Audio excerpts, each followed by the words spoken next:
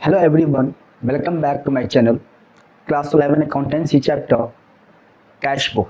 तो chapter of cash book अब तक हम लोगों ने दो क्वेश्चन इसी सॉल्व किया है, क्वेश्चन नंबर 1 एंड 3 तो हमने ड्रॉप किया था। इसमें जो हम क्वेश्चन देखेंगे वो क्वेश्चन नंबर 4 देखेंगे, 5 नहीं देखेंगे। क्यों? इसलिए क्योंकि 4 में CGST वगैरह भी दे दिया है, तो इसका भी रोल हम देख लेते हैं कि कैसे इसको रिकॉर्ड किया जाता है। तो क्वेश्चन नंबर 4 की बात करें, देखिए हम सिंगल कॉलम कैश बुक ही अभी तक हम प्रिपेयर कर रहे हैं, डबल कॉलम कैश बुक आया नहीं। सिंगल कॉलम कैश बुक आपको मालूम है अच्छे से, और आपको पूरा कॉन्सेप्ट भी मालूम है कि ये आपका रिसीव कॉलम है, ये आपका पेमेंट कॉलम है। जो पैसा हम रिसीव करेंगे, अगर कैश बढ़ेगा तो डेबिट साइड रिकॉर्ड होगा और घटेगा तो क्रेडिट साइड रिकॉर्ड होगा। ये आपको माइंड में होना चाहिए। दिसंबर 1 2024 cash in hand, new book में 25 दिया होगा। दिसंबर 1 कैश इन हैंड का मतलब क्या है? ये कैश इन हैंड का मतलब ये हुआ कि ये पैसा मेरे पास है, यानी इसका मतलब हम लोगों ने नवंबर का और कैश बुक बनाया होगा तो उसमें बैलेंस CD आया होगा, तो पैसा जो बढ़ रहा है फिर उसी पैसे से हम आगे भी प्रिपेयर करेंगे कैश बुक। तो ये पैसा हमारे पास है, तो बैलेंस इसको हम लिखते हैं बैलेंस BD, जो पैसा हमारे पास ऑलरेडी अवेलेबल होता है। कितना है ये पूरा? 2,50,000, ठीक है, 2,50,000 ये पैसा हमारे अवेलेबल अवेलेबल है।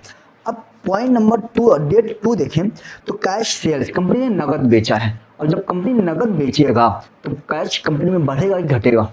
जाहिर सी बात है कैश कंपनी में बढ़ेगा, लेकिन उसके साथ GST SGST भी दिया है। ओल्ड बुक में 6% है, न्यू बुक में 9% है, ठीक है। तो अगर अब हम यहाँ देखें कैश सेल्स 2 तारीख, तो 2 तारीख पे कंपनी ने माल बेचा तो पैसा कंपनी के अंदर आया होगा, तो 2 सेल्स अकाउंट। सेल के साथ कौन सा GST आता है? GST आता है, आउटपुट आता है, तो output CGST account, output SGST account, ठीक है। बेचा कितने का था हम लोगों ने? 4 लाख का बेचा था। 4 लाख पे 9% से GST चार्ज होगा, तो 36,000 एंड 36,000, ठीक है।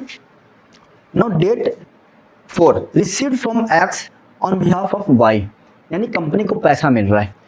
बिहाफ ऑफ Y का मतलब क्या हुआ? यानी कहने का मतलब ये हुआ कि कंपनी जो है उसको Y से पैसा लेना था, लेकिन हो सकता है Y किसी काम में बिजी रहा हो, कहीं गया हो, तो Y पैसा न लाकर वो Y ने पैसा किससे भिजवा दिया? X से भिजवा दिया कि जाके उसको मेरा पैसा दे दो।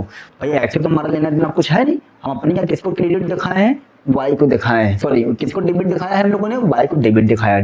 डेटर से हमारे लिए भी उससे पैसा लेना है, तो भाई X ने पैसा दिया, लेकिन हम अपने यहाँ किसके में रिकॉर्ड करेंगे? किसके नाम से? X से तो रिकॉर्ड करेंगे नहीं, बल्कि किससे रिकॉर्ड करेंगे? Y से रिकॉर्ड करेंगे। पैसा Y से आ रहा है, X भले ही दे रहा है लेकिन Y से लेना था, तो X का नाम हटा के बल्कि क्या करेंगे? Y को रिकॉर्ड करेंगे, और कंपनी में पैसा बढ़ रहा है। डेट क्या है?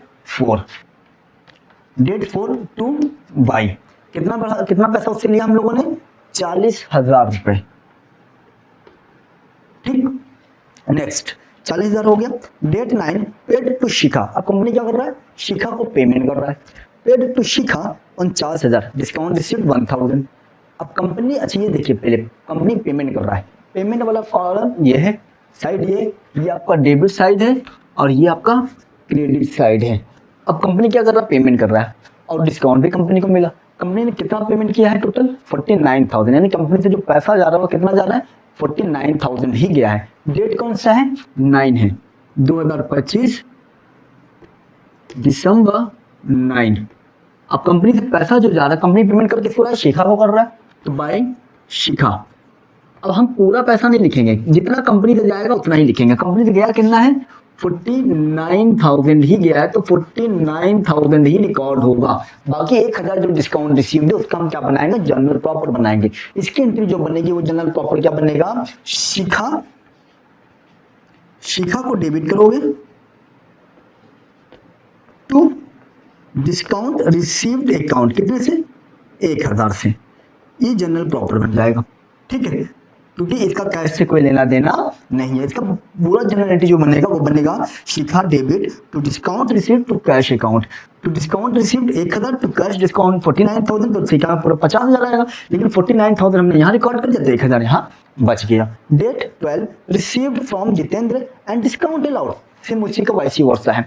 अब हमको पैसा मिल रहा है, तो हमको पैसा जितेंद्र से मिला कितना, सिर्फ 78,000, यानी लेना था टोटल 80,000, लेकिन जितेंद्र ने हमको दिया कितना, सिर्फ 78,000 दिया। 2,000 हमने इसको डिस्काउंट दे दिया, तो 2,000 तो वही हमारे पास से चला गया, 2,000 का हमारा लेना देना है नहीं। हमारी कंपनी में से पैसा बढ़ कितना रहा है, 78,000 से ही पैसा आया। देने वाला कौन है, देने वाला जो है जितेंद्र है, तो जितेंद्र 78,000। अब इसका भी जनरल एंट्री बनाएंगे, इसका जनरल एंट्री क्या बनेगा, अगर पूरा जनरल एंट्री बना रहे तो क्या बनता है, cash account debit, discount allowed debit to Jitendra. तो कैश वाला तो यहाँ रिकॉर्ड हो गया, तो अब क्या लिखोगे, discount allowed account debit to Jitendra, कितना है 2,000, ठीक है। Next date 20 bought goods for cash. अब कंपनी क्या कर रहा है, माल खरीद रहा है, और जब माल खरीदा है तो उधार नहीं खरीदा है, कैश देकर खरीदा है, और जब कैश देकर खरीदेगा तो कंपनी से कैश घटेगा, और उसने सीजीएसटी एसजीएसटी भी पे किया है 9% से 2 लाख पर, तो पैसा हमारे पास से गया। डेट आपका है 20 तारीख, 20 तारीख by purchase account by input CGST account by input SGST account. खरीदा कितने का है, 2 लाख का, तो 2 लाख 9% से अगर निकालें तो 18,000 एंड 18,000, ठीक है। उसके बाद देखिए पेड कार्टेज, फिर कंपनी अब क्या कर रहा है, कार्टेज भी पे कर रहा है, भाड़ा भी पे कर रहा है, तो पैसा फिर हमारे पास से जाएगा। डेट क्या है यहाँ पर, डेट अब 21 है, फिर पैसा हमारे पास से जा रहा है, तो पैसा जो हमारे पास से जाता है तो इनपुट ही आता है, तो by cartage account by input CGST account by input SGST account. Amount कितना है कार्टेज का, 10,000, तो 10,000 पे अगर हम निकालें 9% से, तो 900 इनपुट सीजीएसटी, 900 इनपुट एसजीएसटी आएगा। उसके बाद अगर हम देखें तो रेमिटेड, रेमिटेड मतलब पेमेंट करना। Date 23 remitted to Anuj and discount allowed by him, याद रखिएगा डिस्काउंट अलाउड बाय हिम, यानी हमने अनुज को पेमेंट किया और अनुज ने हमको डिस्काउंट दिया है। इसको हम ऐसे भी लिख सकते थे ना, remitted to Anuj and discount received, लेकिन उसने क्या किया, उससे थोड़ा सा घुमाया ताकि आप कंफ्यूज हो जाए कि कंपनी डिस्काउंट दे रहा है। कंपनी डिस्काउंट नहीं दे रहा है, जो जिसको पेमेंट मिलता है वो डिस्काउंट देता है, और जो पेमेंट करता है उसको डिस्काउंट रिसीव होता है। जो पेमेंट, याद रखिएगा, जो पेमेंट करता है डिस्काउंट वही देता है, और जो पेमेंट करता है उसको फिर डिस्काउंट मिलता है, ठीक है। याद, यहाँ पे क्या कर रहा है, कंपनी पेमेंट कर रहा है, तो कंपनी ने पेमेंट किया है, लेकिन डिस्काउंट मिल किसको रहा है, अनुज को मिल रहा है, तो डिस्काउंट कौन देगा, अनुज या कंपनी। जाहिर सी बात है, पेमेंट जिसके पास आता है डिस्काउंट वही देता है, और जो पेमेंट करता है उसको डिस्काउंट रिसीव होता है। तो यहाँ पर पेमेंट मैंने किया, किसको किया, अनुज को पेमेंट किया है। अमाउंट कितना है, 23 डेट है, 23 टू बाय अनुज, हमने पेमेंट किया अनुज को, कितना पेमेंट किया है अनुज को, पेमेंट अनुज को पेमेंट किया है 18,800 रुपए। अनुज को पेमेंट किया 18,800। अनुज ने मुझको कितना डिस्काउंट दिया है, 1200 का डिस्काउंट दिया है, तो 1200 का जब डिस्काउंट दिया है तो इसका भी हम क्या बनाएंगे, जनरल एंट्री बनाएंगे। तो डिस्काउंट हमको जो मिला हमारे लिए इनकम होगा, जब हमारे लिए इनकम होगा तो डेबिट क्या बनेगा, Anuj debit to discount received account 1200, क्योंकि ये कैश से लेना देना नहीं है, तो हमने पेमेंट अनुज के पास से जा रहा था तो अनुज ही डिस्काउंट देगा, और पेमेंट मैं कर रहा था डिस्काउंट मुझको मिलेगा, इसको माइंड में रखिएगा। उसके बाद अगर हम देखें डेट 25 रिसीव्ड फ्रॉम विकास। अब कौन रिसीव कर रहा है, कंपनी रिसीव कर रहा है, किससे, विकास से 5,000 रुपए। तो कम हम पैसा रिसीव करेंगे तो हमारे कंपनी में कैश बढ़ रहा है। डेट कितना है, 25 तारीख, 25 तारीख टू विकास, कितना आया पैसा हमारे कंपनी के अंदर, 5,000 से कैश बढ़ गया। उसके बाद डेट करते हैं 27 बोरोड फ्रॉम पलक। अब क्या कर रहा है, कंपनी बोरो कर रहा है, यानी उधार ले रहा है या लोन ले रहा है। जब लोन भी अगर कंपनी लेगा तो किस फॉर्म में लेगा, कैश के फॉर्म में लेगा, और कैश के फॉर्म में अगर लेगा तो कंपनी में कैश क्या होगा, बढ़ेगा। उससे कोई फर्क नहीं पड़ता मैं लोन ले रहा हूँ या उधार ले रहा हूँ, लेकिन कंपनी में कैश तो आ रहा है, ठीक है। कंपनी में कैश आया, डेट 27 टू पलक्स लोन, ठीक है, टू प्लस लोन अकाउंट। कितना हम लोगों ने लोन लिया है? 75,000, ठीक है, 75,000। उसके बाद देखें received from Mohit discount allowed. अब देखिए पैसा किसको मिल रहा है? पैसा रिसीव कौन कर रहा है? कंपनी कर रहा है। तो भाई जब कंपनी पैसा रिसीव कर रहा है तो डिस्काउंट कौन देगा? मोहित या मैं? पैसा मेरे पास आ रहा है तो डिस्काउंट भी मैं ही दूंगा। तो डिस्काउंट अगर मैंने दिया तो discount received from Mohit and discount allowed. जब डिस्काउंट मैंने दिया तो वो मेरे लिए नुकसान हो गया, और जब मेरे लिए नुकसान हो गया तो भाई इसको तो डेबिट करेंगे। इसकी अगर जनरल एंट्री बनाए तो क्या बनाएंगे? Cash account debit. Cash account debit कितना होगा? 39,000, डिस्काउंट अलाउड डेबिट 1,000 टू मोहित 40,000। लेकिन कंपनी में कैश आया कितना है? सिर्फ 39,000 ही आया है, याद रखिएगा।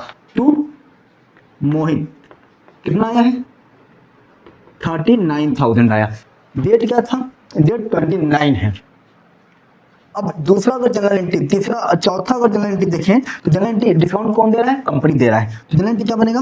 Discount allowed account debit to Mohit कितना?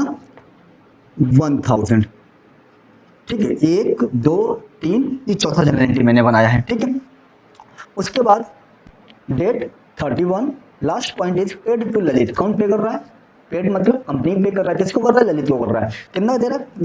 टोटल देना था 30,000 रुपए, लेकिन कंपनी ने उसको दिया कितना? सिर्फ 27,000 रुपए। तो कंपनी से कैश घटा कितना होगा? सिर्फ 27,000 रुपए घट रहा है। तो डेट क्या लिखेंगे? 31 ललित बाय ललित 27,000। बाकी 3,000 क्या हुआ? कंपनी को डिस्काउंट मिला है। तो कंपनी को डिस्काउंट मिला है तो कंपनी के लिए क्या हो गया? फायदा हो गया।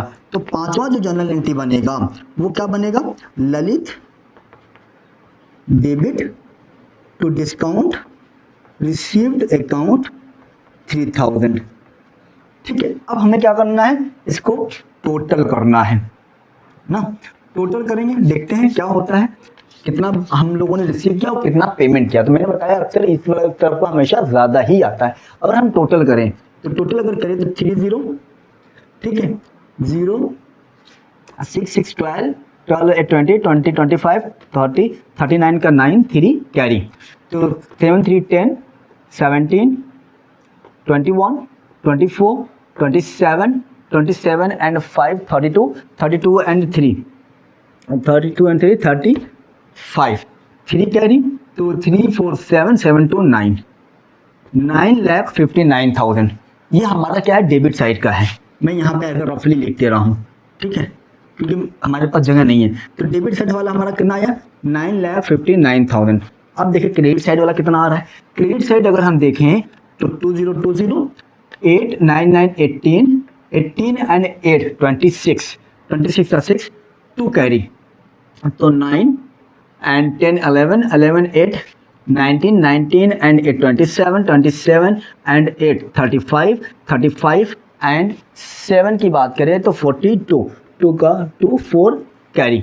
4 2 8 9 4 2 6 7 8 9 10 एंड 4 14 का 4 carry 1 1 and 2 3 0 0 10 out of 6 4 8 minus 2 6 8 में 2 या 6 एंड 5 में तो 4 जाएगा 1 9 में 3 जाएगा 6। ये आपका आया बैलेंस शीट फिगर। टोटल कितना आया था? 9,59,000। तो 9,59,000 यहाँ पर भी रहेगा। लेकिन अगर हम देखें तो हम लोगों ने पैसा ज़्यादा रिसीव किया है और पेमेंट कितना किया है? सिर्फ 3,52,600 ही पेमेंट किया है। इसका मतलब अभी भी हमारे पास पैसा कितना बचा हुआ है? हमारे पास जो पैसा बचा हुआ उसे हम क्या कहेंगे? बाय बैलेंस सीडी कहेंगे। जो पैसा हमारे पास बच रहा है वो कितना बच रहा है? 6,16,400। अच्छा, फिर बुक में अगर आप देखेंगे तो उस बुक में आंसर कुछ और दिया है, तो वो आंसर आपको रॉन्ग है, ये आपका आंसर करेक्ट है। तो इतना हम लोगों ने पैसा रिसीव किया, इतना हम लोगों ने पेमेंट किया, ये पैसा अभी भी हमारे पास है। जब ये जो आपका दिसंबर चल रहा है ना, दिसंबर के बाद जब जैन आएगा तो इसी पैसे के हेल्प से हम जैन में ट्रांसलेशन करेंगे। तो फिर हम कुछ ना कुछ पैसा रिसीव करेंगे, कुछ ना कुछ पेमेंट करेंगे। ये था आपका क्वेश्चन नंबर 4 जो कि कंप्लीट हो गया। क्वेश्चन नंबर 5 जो है वो मैं क्वेश्चन 5 ड्रॉप करूंगा। इसके बाद जो टॉपिक चलेगा वो 2 कॉलम कैश बुक चलेगा। अब तक का जो क्वेश्चन हमने सॉल्व किया है उसमें अगर कोई डाउट कोई कंफ्यूजन हो तो कमेंट करके आप क्वेश्चन पूछ सकते हैं।